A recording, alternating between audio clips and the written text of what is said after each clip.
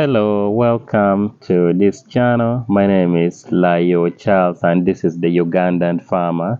I bring to you farming stories across Uganda. In today's video, I want to be able to share with you some of the farming ideas that you can actually start in Uganda. I know you may be a Ugandan who is having a passion about farming, or you are not a Ugandan but you want to come to Uganda and invest in the agriculture sector. And that's actually a very good idea, a very good plan. I highly encourage you to do it and welcome you.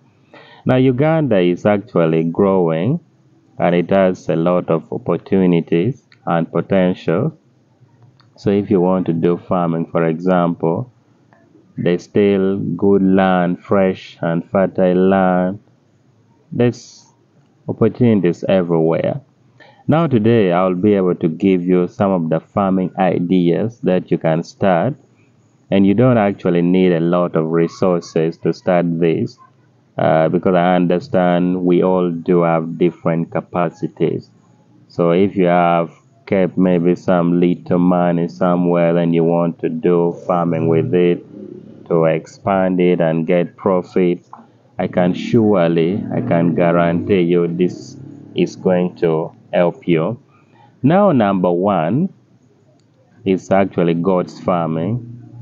Goats farming in Uganda as of right now is a very profitable farming business, a very profitable farming idea. And why? Because goat is actually of high demand right now. And of course we do have different varieties of goats and different types. It could be the local types, it could be the breeds, the cross breeds, or any type. Right now goats is of high demand in Uganda. And starting goats farming, with farming you don't have to have a lot to start with. You can just start with a few numbers. Then with time, as long as you are committed and serious about it, the resources will always come. But of course the good thing about it is, as you are doing, you also get to learn a lot. I've done a video with several goats farmer also. We have it in this channel. You can check it through to learn more about goats farming in Uganda and different things about goat farming in Uganda. So that's our number one. And number two is actually about crops. Now things like watermelon. Right now, people consume fruits right now in Uganda so much, and these are things that whenever you have them, you don't need to look for markets so much. So for watermelon, for example, it has advantage because one, it takes only 2.5 months to 3 months in the garden, and you'd be harvesting it, you'd be selling it. So that's the beauty about it.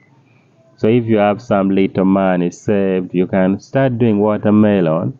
You can do it in large volume, or you can do according to your capacity. The advantage is if you put it in many acres, for example, you can supply in large volumes. You can supply within Uganda, or you can as well export it because the market is there. The whole thing is about you having the products, because you cannot sell what you don't have. If you have goats, it's easy for you to sell.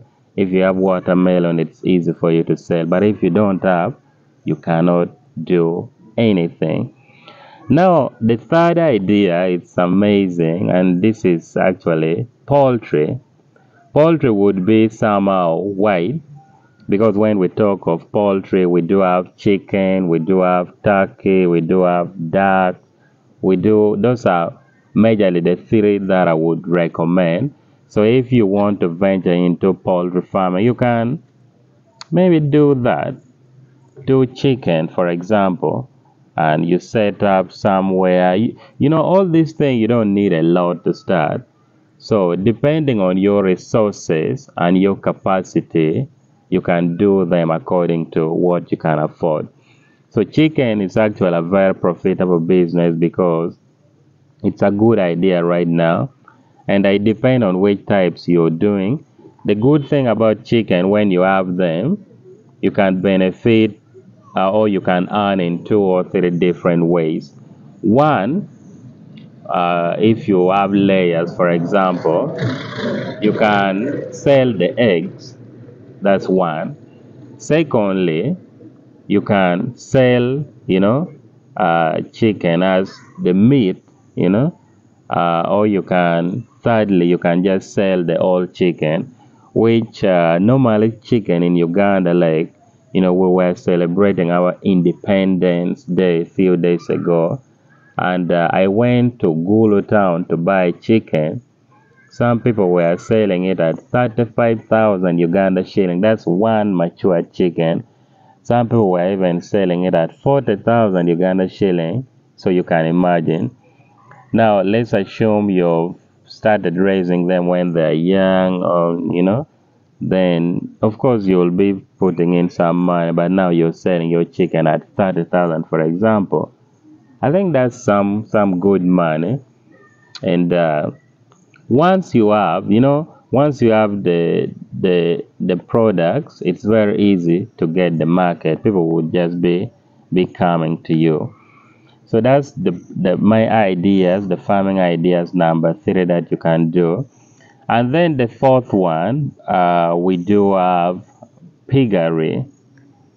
Piggery is one of the most profitable farming ideas, I would say. Why? Because Uganda is actually one of the top consumers of pigs products, which is pork. Pork is really consumed in Uganda, and of course, not everyone eats it, but majority actually eats. Almost every places if you go, people consume pork, and pigs is of high demand. For example, a young one, a piglet, you can get the local breeds. You can get at 70,000 Uganda shilling. Now, after getting that, of course, you start raising, which you don't need to put anything much. You start raising it, and once it has matured, and now you're selling it, then a big one. Sometimes there's some pigs you'll sell up to 200,000 Uganda shilling. Some can even be more, by the way, and that's the beauty about it. So that's another thing you can venture into. You get a few and you start with it. Of course, the good thing, they can always, like with goats, for example, with chicken, with pigs, they can always be multiplying. That's the beauty about it. And another farming idea that I'm going to give you today is tomatoes. Tomato farming is quite an amazing idea. And of course, the thing is, you have to always do your research and maybe get someone who can help you if you don't know everything. Because one thing about succeeding in farming is you need to know what you are doing. If you don't understand about something, don't start it. First, do your research and know what you are doing, then you can succeed in it. But the good thing nowadays, you can do consultation with farmers. There's a lot of farmers in Uganda. You can go online and learn things. So that's the beauty about it. So tomato is of high demand. For example, in Uganda, tomato is consumed every day.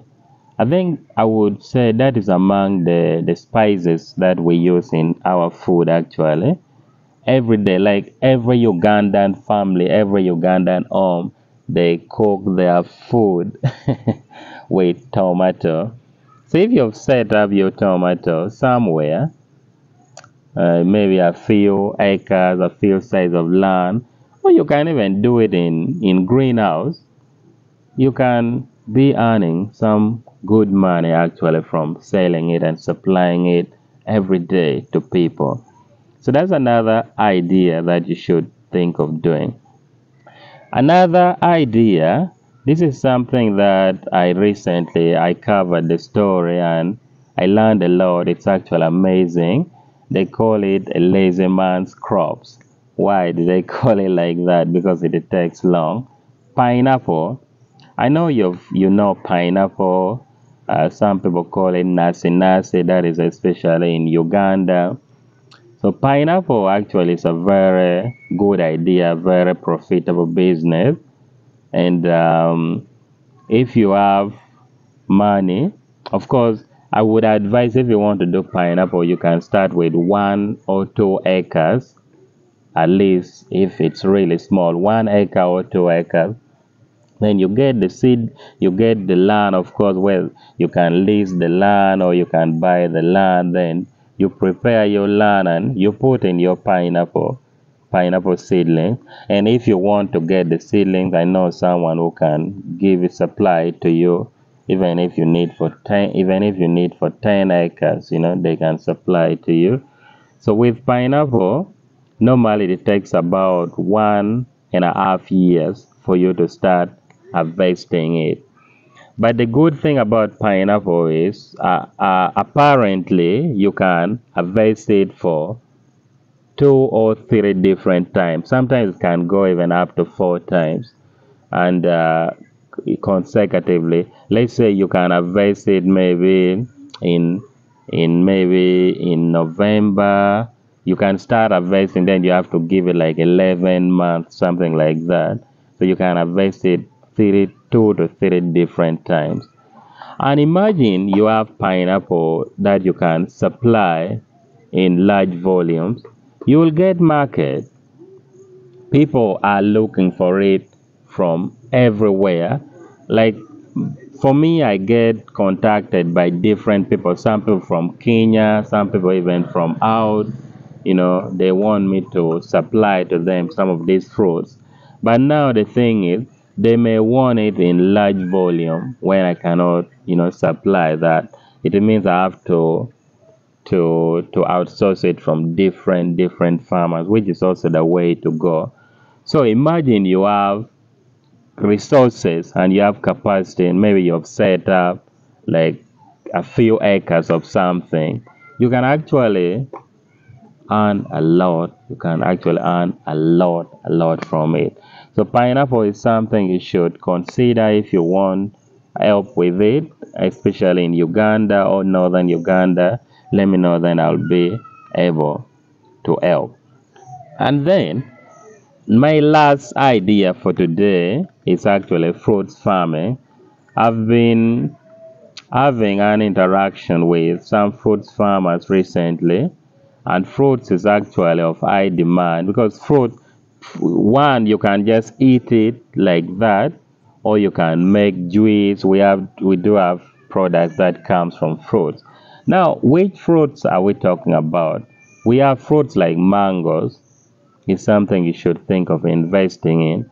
Let's fruits like oranges, you know, fruits like avocado, fruits like jackfruits, etc., etc. Let's assume you've set up maybe a few trees of mangoes, or let's say like 100 trees, 200, 300, or even more, depending on your capacity. After some few months, you can start earning from it. By the way, you can start supplying different people, different businesses, different places, and you get your money. And the good thing about it is, unless you want to go organically, maybe we do have nowadays there are some hybrid types of mangoes, hybrid types of oranges, and all this. They don't even take long in the garden. Some of these, after 6 months, you can start harvesting them. Some of these, after maybe 1 year or 1.5 or 2 years, you can start harvesting them. So with farming, some of these ideas, of course, you don't need to hurry, because with farming, actually, you don't need to hurry with anything. Take your time, and then you will smile at the end of the day. My name is Layoo Charles, and this is the Ugandan farmer. I hope this helps you if you're planning to come and invest in Uganda in the agriculture sector, or if you are a Ugandan farmer and you want to start farming. You can pick from this. We'll still be bringing you more ideas that you can choose from, but of course, you can also schedule a one-on-one consultation with us, and we help you. We break this down to you. If you don't have a land, how do you get a land in Uganda? How do you go about this? Because for us, we are here, we speak the same language, and we can help you. Please don't hesitate to contact us whenever you have any question, and I'll be glad if you can let me know your thought in the comment section. Subscribe to this channel, and I'll see you in our very next video.